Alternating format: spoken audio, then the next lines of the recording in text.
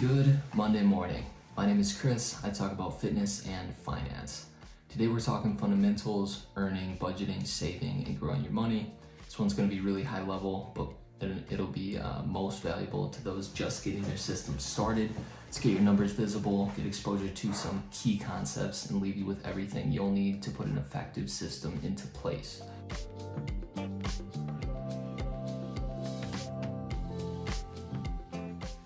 So we'll start with income. Before you can create a plan for your money, you need to understand how much is actually coming in. Starts with your primary income. This is going to be the channel that accounts for majority of your earnings. For most, this will be their 9 to 5. Take a look at a few pay stubs to see the amount earned during those periods. Note that your gross income is different from the amount that actually makes it to your bank. Take a look at deductions to understand the cost of things like health insurance, dental, and withheld amounts. This would be like 401k contributions.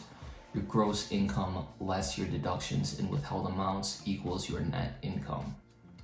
Get an average of that net income using 2 to 6 months of pay stubs. If you're salaried, you won't need to take a look at as much data.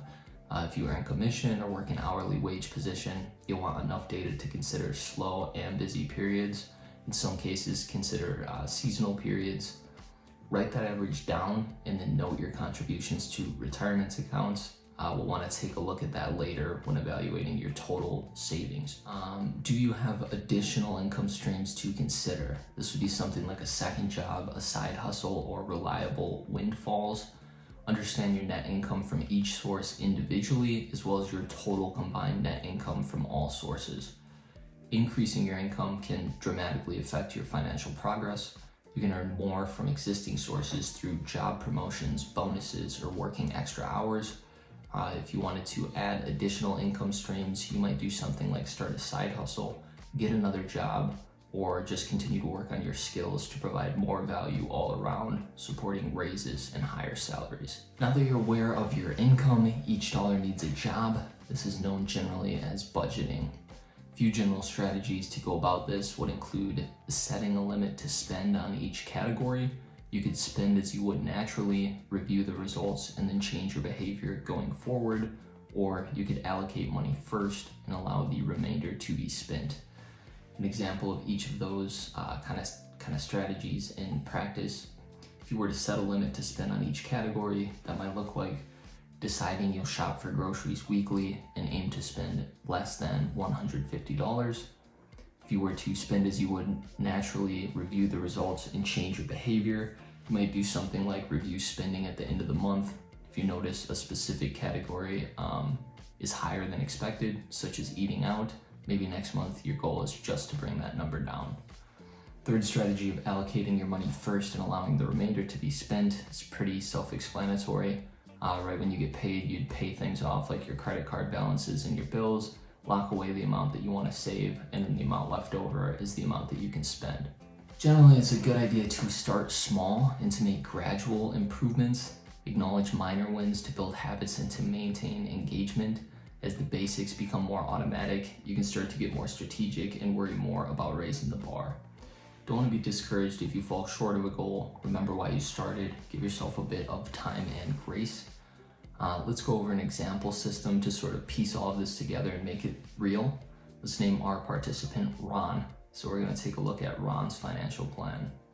His goals in this example will be to save towards retirement, to save some money for traveling, and to build an emergency fund. Let's say his primary income comes from his 9 to 5. He works occasional odd jobs. For expenses, he rents an apartment, he owes on his car, and he's working through a little bit of personal debt, think like credit cards or something along those lines. So in our example here with Ron, his net income from his primary job is $3,500 per month. His net income from some of the odd jobs that he does is $150 per month. If we total those two up, his total net income is $3,650 per month. For expenses, he's got rent of $1,000, pays about $500 per month on food. His car payment is $400 per month. He's got personal debt of $250 per month. And then his miscellaneous and variable expenses are $550 per month. So we take his total net income, which again was his primary job of $3,500, odd jobs of $150, $3,650 per month. Then we subtract his total expenses of $2,750 per month. He's got about $900 left over. So an example of how someone might use that money, in Ron's case, he dumps $400 into retirement, puts $300 away towards his emergency fund, and then one of his goals is to travel, so he dumps $200 per month into his savings account labeled travel. Now obviously we could pick apart the system. The example is really just to show how these concepts interact and how you can set the system up in a way that is trackable and measurable so that you can get some data and make changes from there.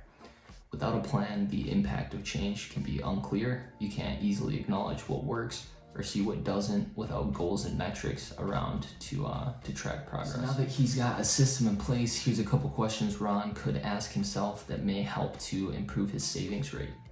Can he decrease any of his spending categories? Which ones and by how much? Is he able to consistently put away the amount that he planned to? Does he have more left over than expected? Can income sources be increased? And could a new income source be added? Recap, you got familiar with the amount of money that you earn. You can use budgeting strategies to develop a plan. Now we're going to get deeper into savings rate and use this as a metric to determine how effective the plan actually is. Better savings rate is of course going to result in faster growth, shorter timelines in achieving your goals. I'm a big fan of tools like compound interest calculators. I'll put a link for one that you can check out in the description. We'll talk through how it could help you bring clarity to larger savings goals. This is helpful for anything from planning a wedding to purchasing a home or just saving to retire. Significance of small increases is really outlined, especially over a longer timeline. It is wild. So how do you actually use that tool? If you've got it pulled up, I'm gonna just line by line it really quick with you. How much money do you already have saved for whatever you're saving for? Plug that number into the initial investment box. I'm gonna use 5K for my example. Identify a timeline in which you'll need the funds. I'm gonna use 3 years for my example. You wanna know what account the money is going to be put in to gain a reference for expected returns. If you're doing something like a high yield savings account, you can probably do 3 to 4% interest rate. I'll do 3.5%. In this case, with a savings account, its interest rate variance shouldn't exceed 1 to 2%. If we were calculating for something with like retirement or using the stock market, maybe we plug 7% interest rate in with a 3% variance to better represent the stock market. For the compound frequency, I just choose monthly. Savings accounts typically pay interest every month, and monthly would also apply to stock-based calculations. So using the above information that I just went over, if we did $50 per month, I'm expected to have $7,447 and some change in 3 years. If we did $100 a month, it'd be just under $9,500. $500 per month would be little ways above $24,000. Naturally, some goals are going to take priority over others. You can use different accounts with different levels of risk depending on how soon you're trying to access that money. Key players for most situations are going to be your high yield savings accounts, your retirement accounts, and your taxable brokerage accounts. Ton of different account options that are best suited for certain timelines and different exposures to risk. It's like everything we've gone over in this video, this is really high level information. All these concepts could use at least a full post of their own, more or less planting a seed and exposing someone who might not be familiar with these things to them so that they can discover something helpful and then have the ability to further look into what will be most valuable to them. In this case, around investments, we'll talk about ETFs. They're kind of the meat and potatoes of most portfolios. Oversimplifying them, they're single funds consisting of multiple individual stocks, bonds, REITs, and or other assets. Some track entire sectors or markets, like the top 500 companies in the US. They offer some level of diversification, as the ups and downs from individual holdings won't necessarily dictate the price of the ETF or the index as a whole. Looking at the S&P 500 over the last 20 years, it's done an average of 10%. That's pretty impressive compared to interest rates that like banks offer, and often for less exposure to risk than other investments that would claim similar returns. So when can you actually consider investing? Ideally, you've got an emergency fund with 3 to 6 months worth of expenses. You've got buckets for your saving systems. I would use high yield savings accounts and label them by expense. So I've got one for car maintenance, one for home repairs, one for gifts, travel, and so on. You want to consistently get enough to these buckets to cover foreseeable expenses and make sure no high interest debt is lingering. Anything above 6% interest rate is going to be considered high interest rate debt. When you do have money after everything foreseeable is accounted for and no high interest debt, you can start to worry more about returns. Returns are going to be the percentage of principal that is earned by your investment, usually gauged in annual intervals. If you put $1,000 in and you get 10% on it, you make $100 over the course of a year, breaks down to $8.33 per month. Due to the volatility within the stock market, it's not always wise to put money only in the short term into stocks. Generally, the list of priorities goes something like your 401k, especially if you get an employer match, free money. Ensuring all your expenses are easily covered is the second place. Third place is the emergency fund. Fourth would be to max out your Roth IRA. There is a yearly cap there. And then fifth, if you're able to do the four above, you can look further into investing in a brokerage account.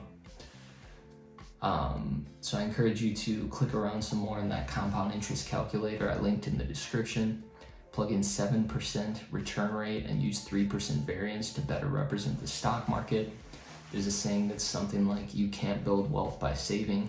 The way I interpret that is that it refers to the necessity of accessing higher returns than regular savings accounts do. If your goal is to build wealth, you'll eventually need to invest. So earning, managing, saving, and growing your money is a daunting set of tasks. Keep exposing yourself to these concepts. Work towards a deep understanding of them. You'll gain clarity through context and ultimately learn what works best for you through trial, error, and experience. The system will continue to change, and those changes will drastically affect your future. Do your research, consult professionals as needed, and pay attention to the results. Hope this provided some value. If I did, I write about fitness and finance at Whydnetsprofit.com. And I plan to post more on YouTube, where we'll get deeper and deeper into these skill sets, continue to move that needle towards achieving what you set out to do. Stay focused, and I'll see you soon.